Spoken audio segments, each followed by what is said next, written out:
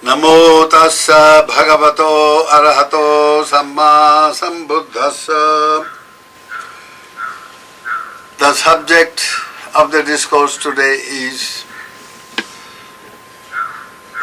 what is called Kamma Sarikkhata. That is, a subtle similarity between the action and the consequences of the action. We have been discussing in this series on karma and rebirth, that is action, how action ultimately determines everything in life here and now, and also determines our future existence, that is hereafter. So action being so profoundly important in life, it is necessary for every seeker of truth to know something about the truth of action, truth about whatever we do, whatever we say, and whatever we think. And when we have a very clear grasp over our actions, which means over our conduct, and life can be ultimately reduced to conduct, to action. So once we have a clear-cut understanding, then we can make life itself into a fitting instrument for the realization of ultimate truth. That is the goal of life. Truth alone can lead us to freedom and the experience or realization of truth. Here and now, through every action, brings this kind of ultimate realization of truth. Now, in this series, those of you who have been attending, you remember that we have given you two case histories. One of a person who, you see, is the very embodiment of evil action, and the other way, the embodiment of good action. And these two case histories are based upon two discourses of the Buddha, which brought about two verses, inspiring verses which are found in Dhammapada. That is verse number 15 and verse number 16. I will read them out for you. Ida sochati pecha sochati papakari ubhayatha sochati so sochati so vihanjati disva kamma kilitta mattano. The evildoer grieves here and hereafter. He grieves in both the worlds. He laments and is afflicted, recollecting his own impure deeds.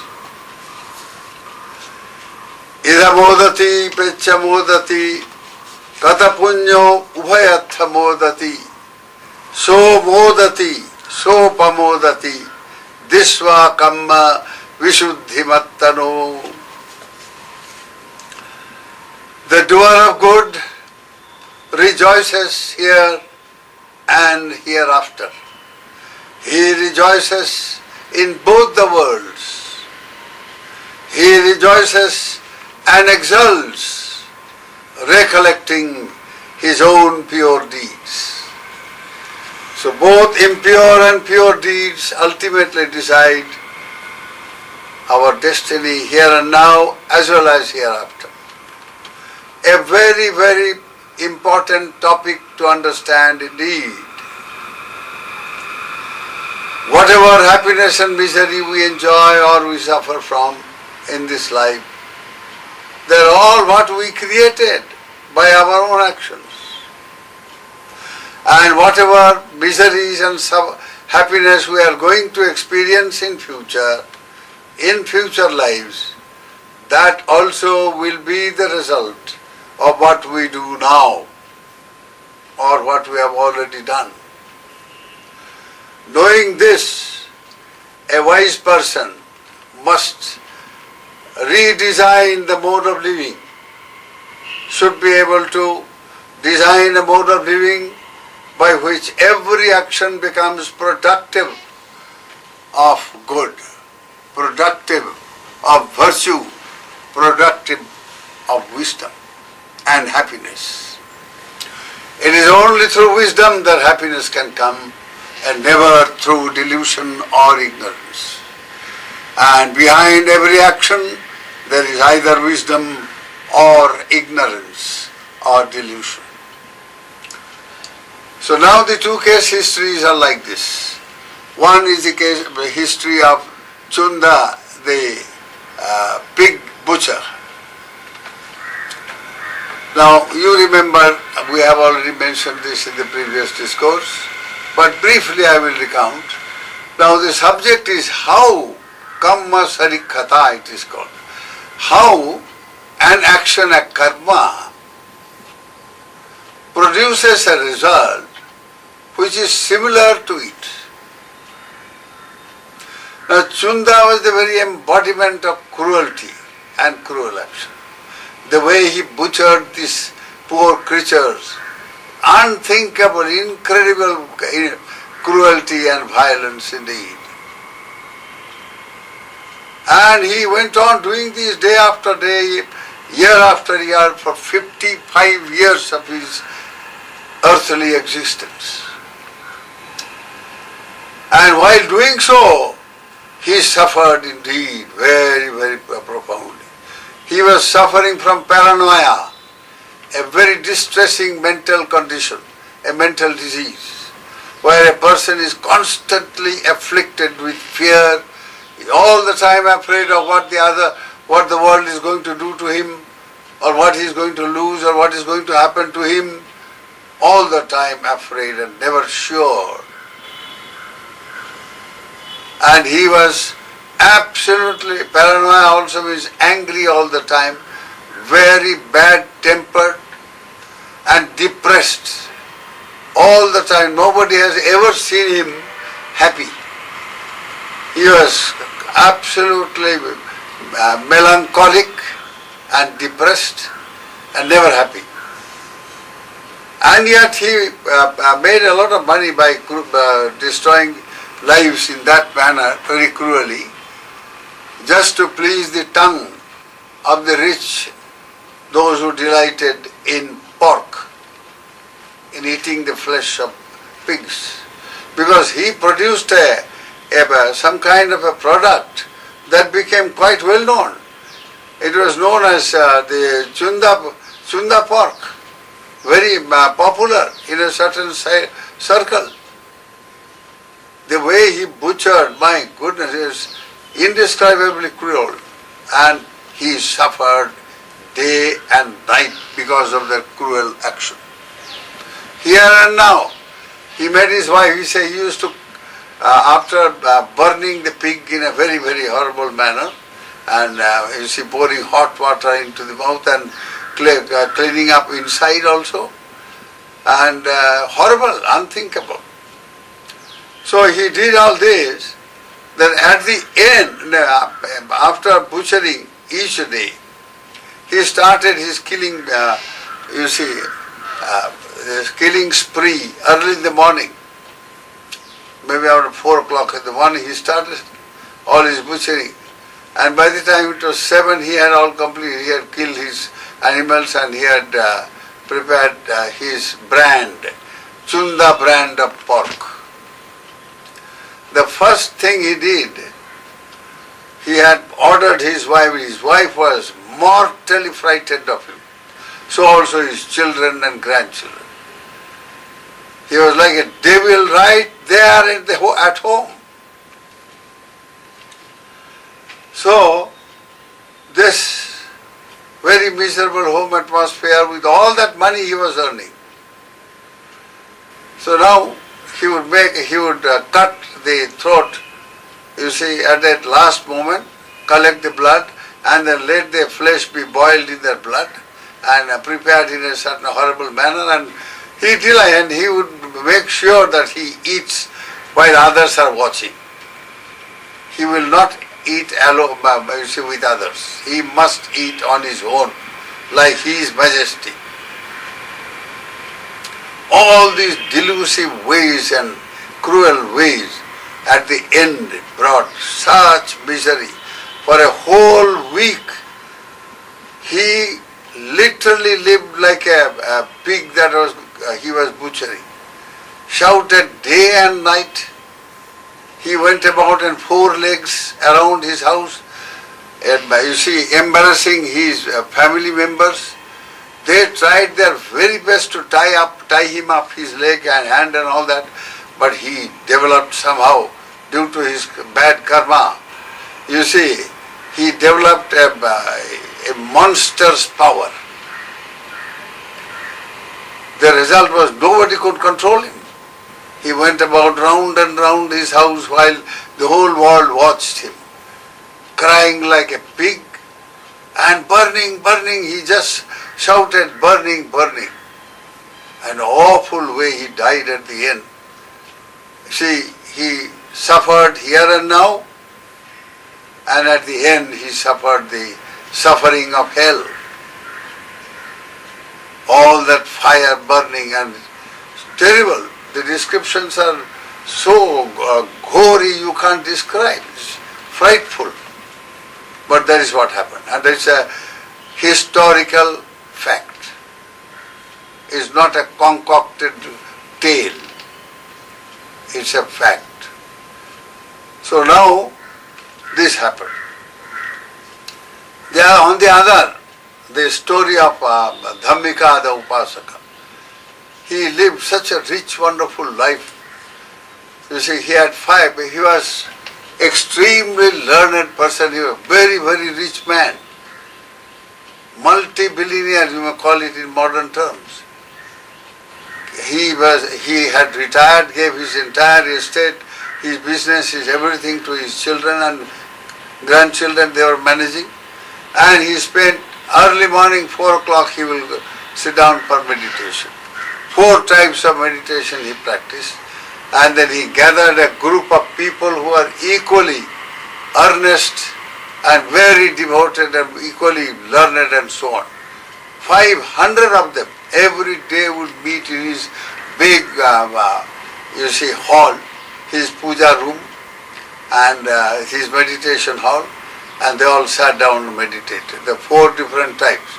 Buddhanusati, the qualities of the Buddha, so they reflected on them profoundly so that those qualities will be embedded within their own consciousness and they will literally experience those very exalted qualities of the Lord. And then Buddhanusa Mettacha, on the universal love, first thing in the morning. What a wonderful way of starting the day. And then Buddhanusati Mettacha Asubhang Maranasati. Then think about this body. People are attracted by the body and get involved in all this sensuality and then suffer.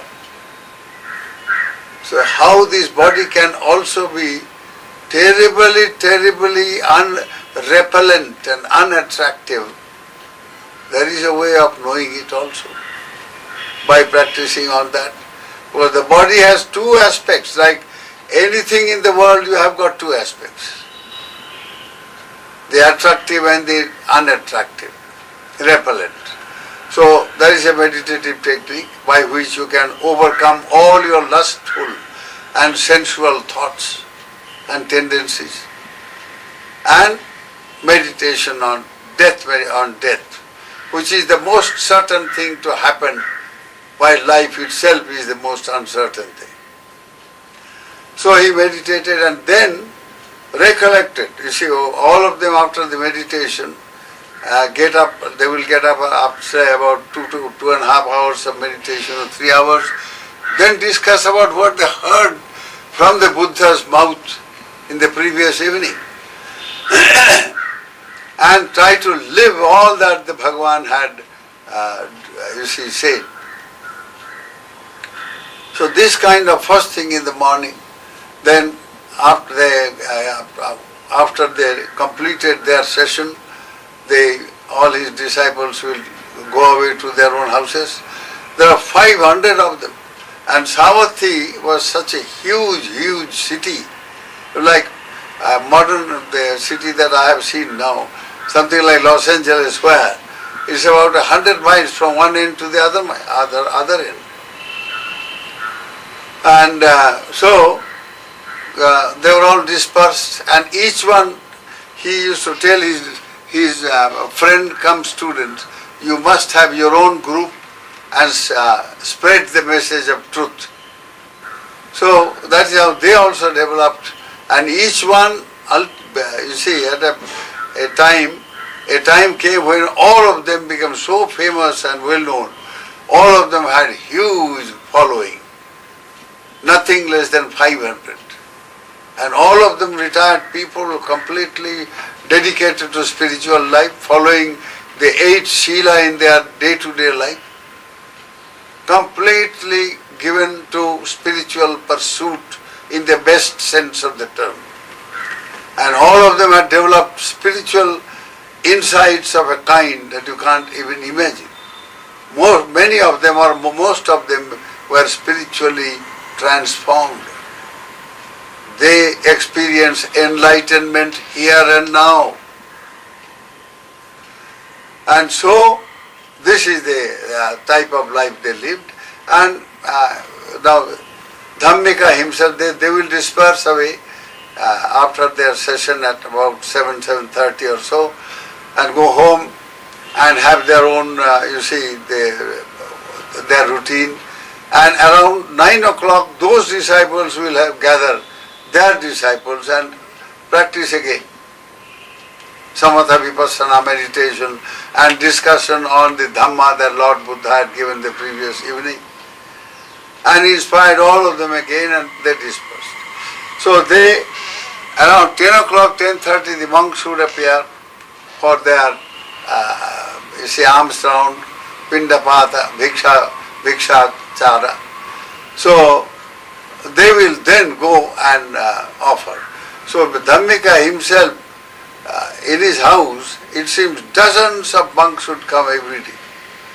And he offered with his entire family, sons and daughters and grandchildren and all, very devoutly offering, and practiced this a mind of, great charitable and great generosity, open-handed, open-minded dana, giving.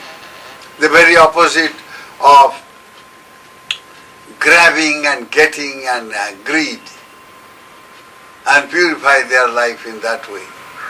So then, since they followed the Sila, Ashta-Sila, by before 12 noon they would have finished their meals, and by 5 o'clock or 5:30 they were there in the Jetavana monastery listening to Bhagavan Buddha again. This was their routine life. Now Dhammika, at the end of his life, he died in a most spectacular way, of very sublime manner indeed. Just before he passed away, he became aware that his time has come. So he sent his sons to the monastery, Jetavana, requesting Bhagavan to send some monks to hear a Dhamma. He said, he wanted to hear Satipatthana Sutta, the foundations of mindfulness, which constitute the very heart of Buddhist meditation practice. So, as he was listening, suddenly he saw around, right in front of him, he was lying down, of course, hovering in the sky, in the open sky, these Deva Vimanas, they are celestial crafts, just as we have aircraft and they have got celestial crafts of a kind, dazzling, bright. Nobody could see what he was seeing. From 6 different realms, divine realms, these beings came and, beckoned him. He says, come, dear dear friend, you are welcome in our realm, and so on. So since his mind was being distracted, he said, please wait, hold on please. Now when the monks who were reciting the sutra, when they heard it, they say, my goodness, now it is his time has come, let us not disturb him further. So they just quietly got up and went away. Now, then he fell into a state of trance, because his mind was already very uplifted, you see, in a transic state.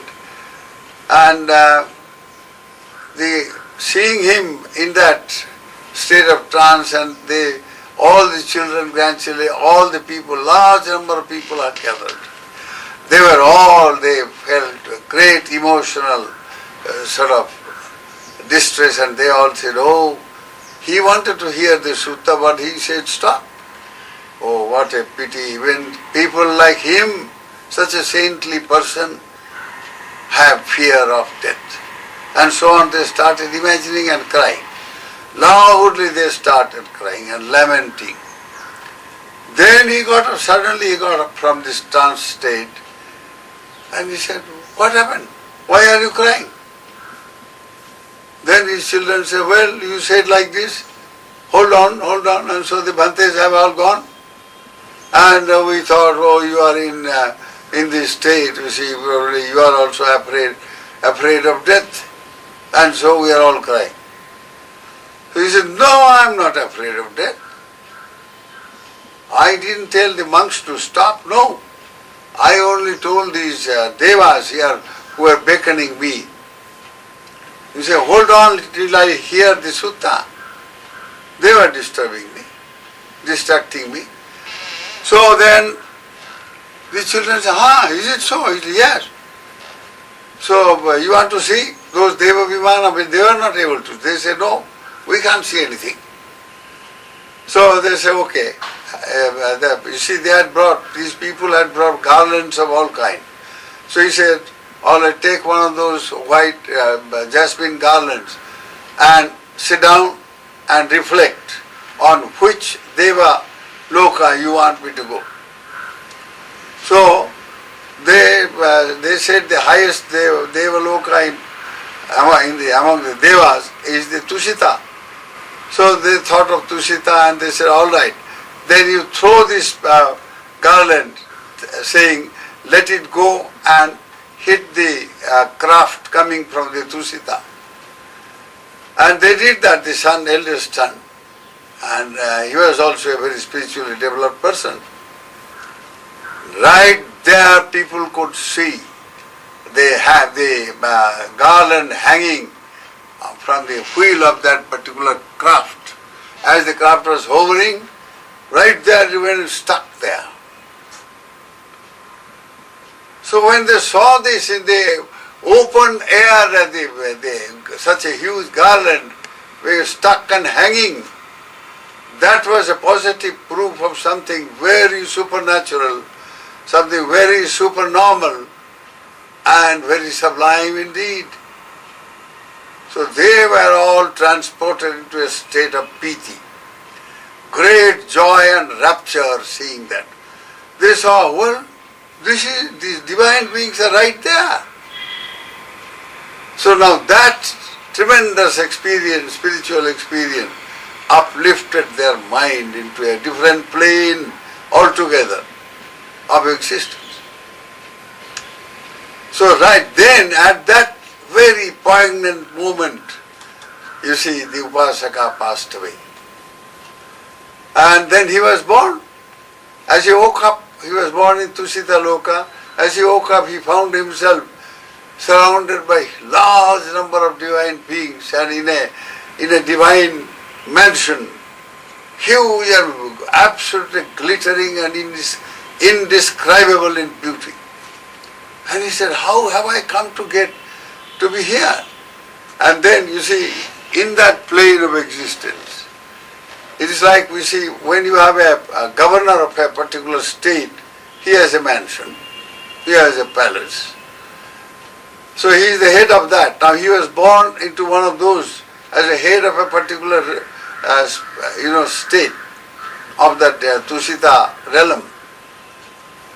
And he said, oh, all this splendor, how did I get? Then he exercised his supernormal powers as a Deva. And he knew everything what has occurred, how he has got this tremendous divine splendor and majesty, all the glory of divine life and the happiness. And there he says, oh, it is all the Bhagavan Buddha's grace. I followed the path of Dhamma. Here and now, I rejoice here and now, as I always rejoiced when I was a human being. And so on. Now meanwhile, these bhikkhus had returned to Jetavana. Buddha knew every bit of the whole thing was quite clear right in front of him. He was seated in the Dharmasala and he called the monks, he said, why have you returned? Knowing everything.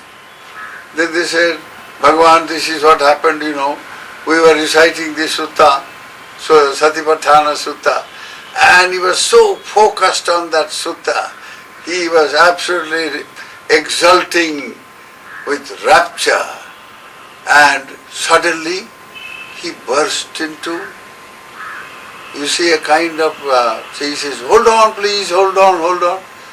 So we thought, well, even a great upasaka, a great saintly person like him has got probably, he is seeing his last moment and he is probably in a state of fear or whatever it is. So we didn't like to create further trouble by, this thing, so we just quietly walked away. He said, no, Bhagavan said, he didn't talk to you. He didn't ask you to stop. There are these Deva Vimanas there, the celestial crafts, and so he told them to wait because he was absorbed not only in hearing what you are reciting, but in experiencing. As he heard the sutta, he was exulting in a state as though he was practicing what the sutta taught, that he was actually reliving the reality of the sutta. He was living it. He was experiencing that state of samadhi. So then the Buddha, after explaining all that, he says, monks, he is now reborn in Tusita. And there the monks said, Bhagavan, please do tell us what happened. And there Buddha recounted, this is how he lived, and he rejoiced when he was living. Day in and day out he rejoiced. Just as that other man, Chunda, day in and day out he suffered. He was in a state of depression and paranoia of the worst kind. And he lived a most devilish life and devilish suffering. And then he went to that land of suffering, the Niraya, this hellish state. And here you are the Upasaka, day and night. He was rejoicing as he was practicing a holy life and good life, as he was practicing the life of spirituality, meditation, charity, dana, sila, bhavana. And while practicing Dhamma in these three forms, practicing charity, great charities, and then sila, virtuous life conduct, and meditation, bhavana. So as he was practicing, he was delighting. He was, exulting in the sheer pleasure and happiness, born up leading the good life. Good life has its own reward. You don't need to ask or pray to some God or somebody, give me this, give me that. No. Live the whole noble life. Live the good life. And the joy of good life will be right there, you will experience here and there. That very moment you will exult. You see many people who are all the time happy, very cheerful, very friendly, and they are not bothered about what is going on around them. Why? Because of the clean mind they are developing, pure mind, and the insight and wisdom that dawns in a pure mind. So, karma here and hereafter. Now, how does this, the dynamics of, let us say, the action and its result? They were enjoying the good result then and there. And also, of course, thereafter also. How did this similarity between action and its, you see, its consequence? Yatha karmam tatha phalam. As the actions are, so the fruits are. What's the principle that brings this about? Now here, you see, it is something very profound. I will try to explain it as clearly as possible. Please be attentive, all of you mentally. Now, the karma works. The whole, you see, when you commit an action, it's a commitment. So you have created a circle, a cycle. The whole, you see, the principle of involved is that every action creates a reaction. And this, between action and reaction, it works like a cycle. So imagine a circle with 4 points. The first point at the top, then the then there is between the top and the bottom, there are 2 intermediate points. There are these 4 points. So for the purpose of understanding the principle, you see, a karma starts with, you see, intention, volition, the will to do something, will to say, will to think, the will or the volition that is involved, which simply means, in simple terms, intentional action. You intend to do something or say something or think. You see, that intention is like a bija, karma in the form of a seed. Now the seed comes in contact with the ground and the other necessary things, and it sprouts. Now with having intentionally committed something or performed something, you see, a process inside you, in the mind, in the consciousness, started. And it is like the bija now has become a sprout. Now from this, the sprout undergoes various stages of development. And quite fast, it becomes a seedling, then it becomes a plant, then it becomes a tree, and in various stages of the tree until it bears fruit of the same kind.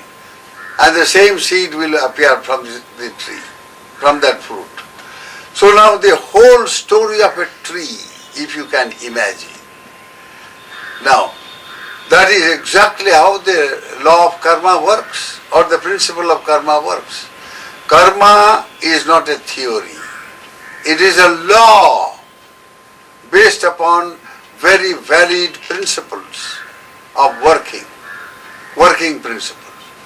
So, you have intentionally done something. You have sprouted, you have created the bija in the form of a sprout. So now, it starts, it is said, samangi dhamma. Kamma chetana samangi, kamma in the form of the stage of chetana, which means volition.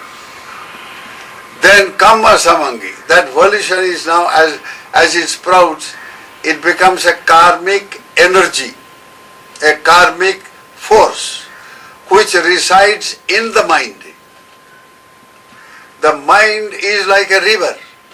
It's a carrier of all kinds of things. A river carries, let us say, big timbers, boats, human beings, all kinds of debris, even gold and silver, all kinds of wonderful things are flowing along with the river water.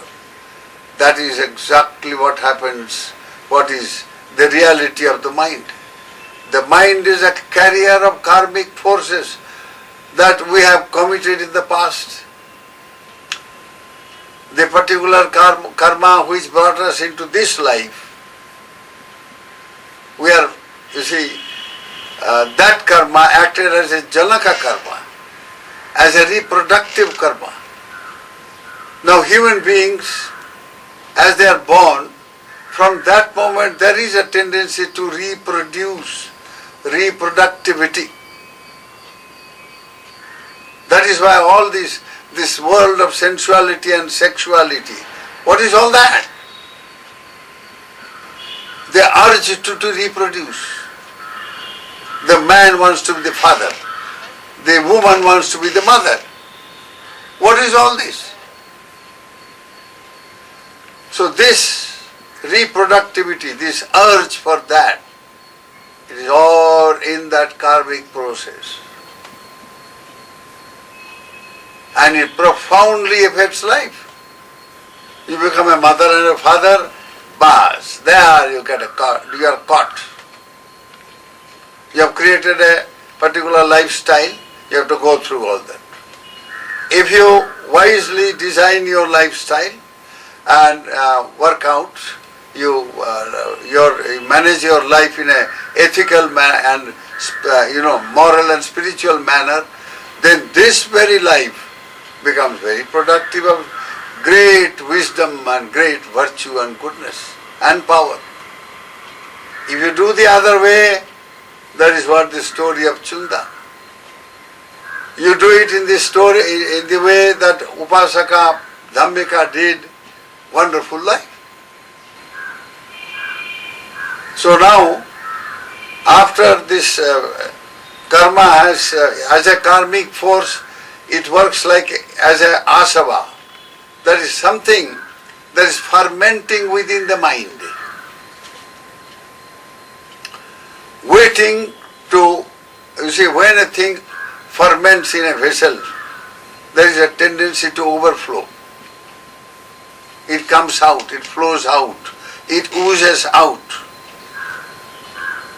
And from the mind, this karmic force now creates that kind of oozing tendency, asava, that oozes out. So every karmic force therefore gives birth to all kinds of results. If it is a bad karma, you get some bad result. If it is a good karma, you get some good result. So if the karma is now, a karma is done in three ways. Kayena, vacha, manasa, either bodily or verbally or mentally. So the results also, the consequences also will manifest that way. If you have bodily acted in a cruel manner, as in the case of Chunda, my goodness, he has gone in a realm where bodily suffering is unthinkable.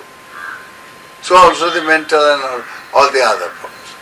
So you see, whatever happiness and misery we undergo, they also have three forms. A physical manifestation, bodily, socially, in a family. You are born in a family. And the family is in a society. So individual and collective life, both. There is the bodily, the external aspect of that. Then there is the internal aspect. Then you see, all your happiness, miseries are also associated with the way you communicate yourself, with your speech or with your writing or with your thinking. You affect the world. So between the action, which are, you see, action is committed in three ways. And the results also manifest in the three ways. And that is where the similarity comes in. That is the law of similarity. That is called the Kamma Sarikkhata. Sarikha means sadisa, sadrisha, sameness, samanata. The samanata of karma and karma phala.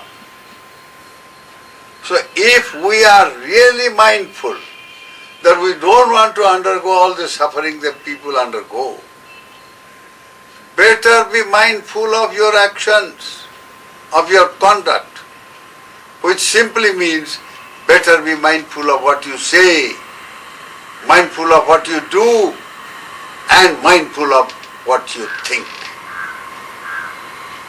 This is the profound, implication behind every action. May the grace of Bhagavan Buddha surround your life and give you the wisdom to have self-control and control over your action. May you all be happy. Sukhino bhavantu.